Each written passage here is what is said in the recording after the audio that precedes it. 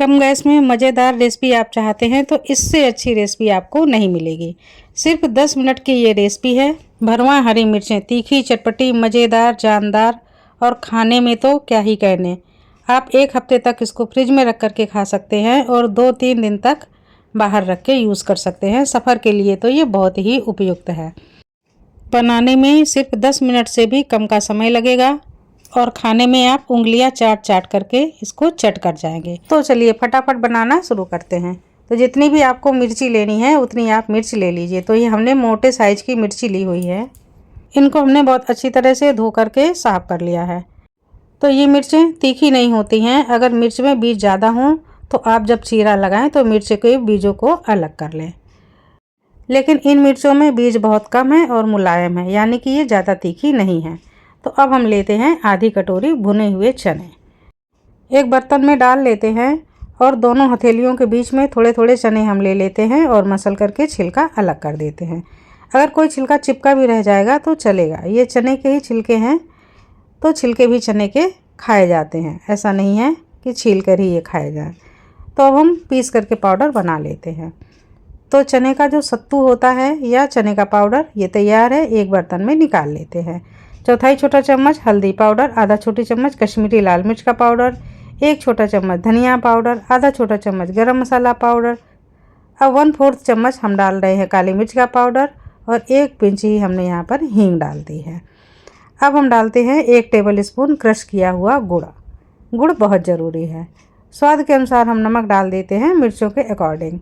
अब 1/4 टुकड़ा हम डाल देते हैं अदरक का। इसको हम डायरेक्ट ऐसे ही कद्दूकस कर लेते हैं, कूट करके भी डाल सकते हैं।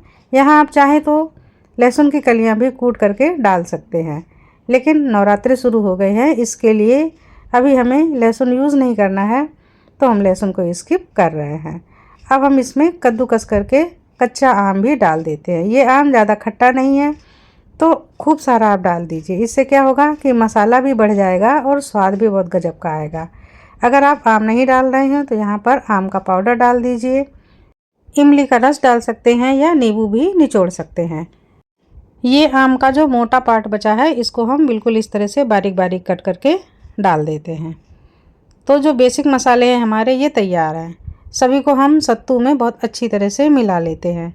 अभी हमें पानी नहीं डालना है क्योंकि सत्तू और आम मिलके ये मॉइस्चर छोड़ेगा। तो देखते हैं कि ये कितना मॉइस्चर छोड़ता है, उसके हिसाब से आगे हम पानी का यूज़ करेंगे।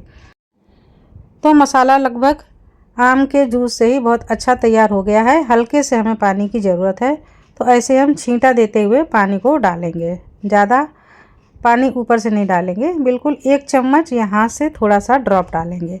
अब ये जो हमने मिर्चों को कट करके रख लिया था, आप देख सकते हैं इनमें कितने कम बीज हैं और कितने छोटे छोटे बीज हैं।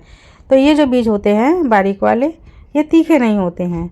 अगर ये बड़े बड़े मिर्च हों और तीखे वाले हों तो आप मिर्च के बीजों को निकाल लीजिए और इस मसाले में मिला दीजिए।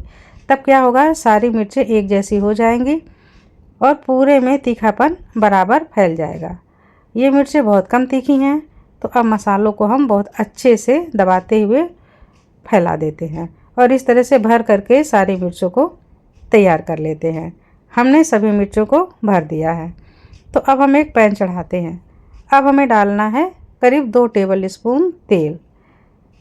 जैसे ही तेल हल्का सा गर्म हो जाएगा, सारी मिर्चों को हम इस तरह से लगा देते हैं।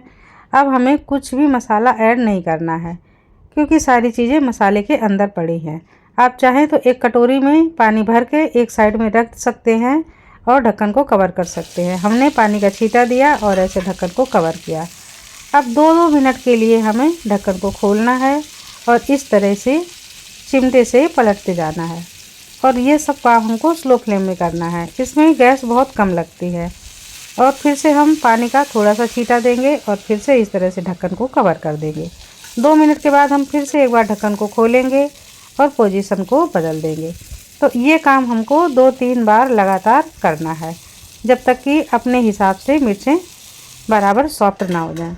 और फ्रेंड, हमने ये 3 बार ऐसा किया है तो 8 मिनट के अंदर ही ये देखिए मिर्चें इस तरह से पक कर के तैयार हो गई हैं।